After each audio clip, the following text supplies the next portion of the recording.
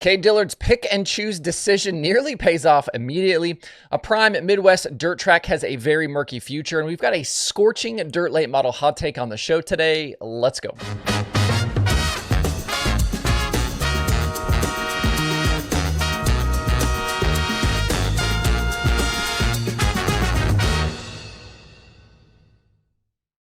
It's Monday, March 24th. I'm Justin Fiedler. This is DIRTRACKR Daily presented by Kubota Genuine Parts.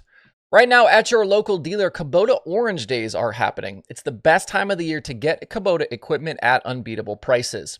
And while you're there, make sure to ask about Kubota's Cade Maintenance program for your newly purchased machine. Cade Maintenance is the ultimate solution for proactive and preventative maintenance. Their expert technicians will work closely with you to identify and address potential issues before they become major problems.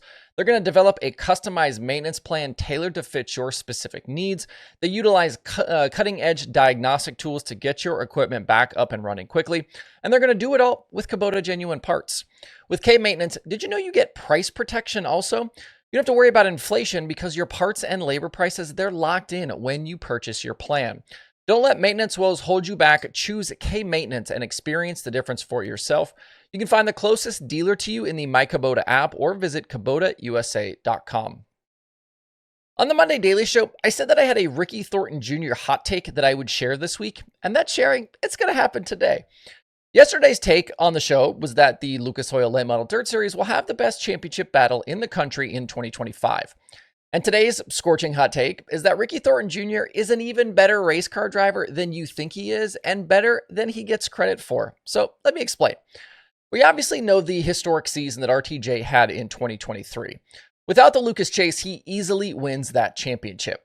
The universe, though, it made things right in 2024 with Thornton getting that first Lucas title, even though he needed to race for a few teams to get it done after the shock parting from SSI Motorsports mid-season. He ended up settling at Kohler Motorsports, and after a weekend where he won at Atomic and finished second at Brownstown, he's tied for the Lucas points lead right now with Devin Moran. He's already got 6 late model victories on the year. So why the hot take territory on RTJ? Because this guy has done all of this with multiple crew chiefs. And not like 2 or 3, but like 5 or 6. And that's just in the last year or so. At SSI, he had Anthony Burrows. Those two, they were a stout duo together for multiple seasons, and they won everything in sight. But things on the crew chief front have been incredibly unstable since that SSI departure. But through it all, RTJ, he just keeps winning races. When he joined Kohler, Kenny Payton was initially leading the way for the 20RT team. But down the stretch in that 2024 Lucas Championship battle, Chris Madden was hired as head wrench, and he stayed through the end of the season and celebrated that title at Eldora. But when Thornton went to Sonoya late in the year and swept the Flow Series finale weekend, which also won in the championship there, Ricky Arnold was crew chief. So if you're keeping score at home, the crew chief counter right now is at 4. I should actually have that up on the screen like a big 4 right now as we roll through this. Over the offseason, though, Arnold departed Kohler Motorsports and left racing completely, again, leaving the 20RT searching for a new guy. Through Speed Weeks here in 2025, Thornton brought in Nathan Sletto as team boss, and things did not slow down. 5 more wins and the Dirt Car National Championship, obviously some Gator trophies to go along with that. But Sletto has gone back to the Midwest now to race modifieds, and RTJ competed this past weekend with effectively no crew chief. And again, a win and a second. If you want to go even further, we can actually throw Kevin Rumley in the mix here too. Thornton raced in that 6 car a handful of times last season. Actually, it was redecaled to be the 20RT. But he picked up a win at Fairbury along the way. So that's officially 6 crew chiefs.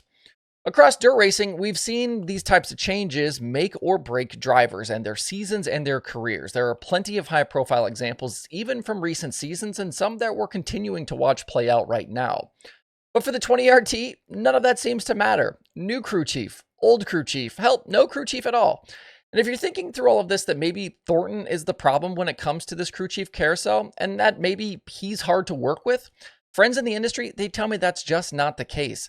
It sounds like the Kohler team has just been the victim of circumstances. Anyway, Monday hot take, Ricky Thornton Jr. is underrated.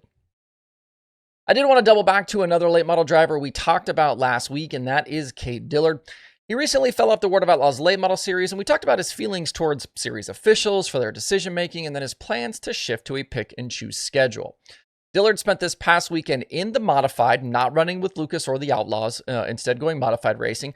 He ran the XR 100,000 to win Dominator at the Salina High Bank Speedway. That event drew 66 modifieds. Dillard nearly walked out with the cash. He was leading with 3 laps to go when his right rear tire gave up the ghost. After that, and a few other shenanigans, it was a bit of a messy night. Jim Chisholm drove to the front and bagged the big money. Already a USMTS winner this season, that check should fit very nicely into Chisholm's bank account. I said that one was a bit messy, and only 9 cars were on the lead lap at the end of the feature. MRP shows 11 DNFs, including some big names, and I think I saw Chisholm was the only one who didn't actually have to change a tire during that race. Up next for XR is 50 grand to win for 602 late models at Fayetteville, and they've got 100,000 to win for Sport Compacts at Kokomo. Both of those are in April. Some business of dirt racing news that I wanted to talk about today. Lucas Oil Speedway in Missouri has named Casey Shuman as the track's new assistant general manager and competition director. He's going to work alongside track GM Danny Lorton. Shuman takes the role after 2 years running I-70 Motorsports Park near Kansas City. And he takes that spot from Ernie Leftwich, who was very briefly in that spot.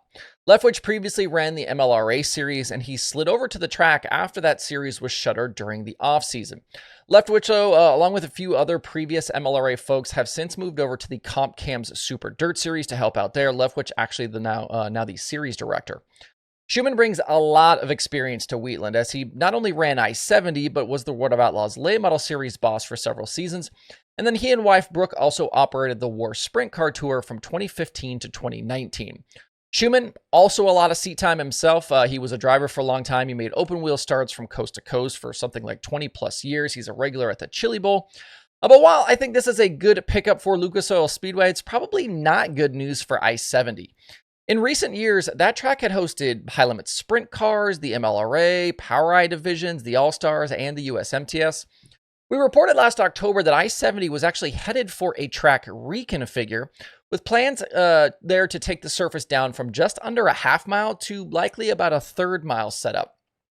But all of that, it's now in doubt with Shuman moving on, and no public updates from the track here really in months. The website also currently down.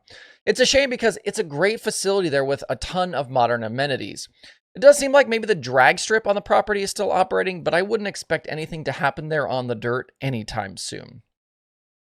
We'll call it good there for today. If you want more dirt racing content in your life, make sure to follow DIRTRACKR at places like Facebook and TikTok and Instagram.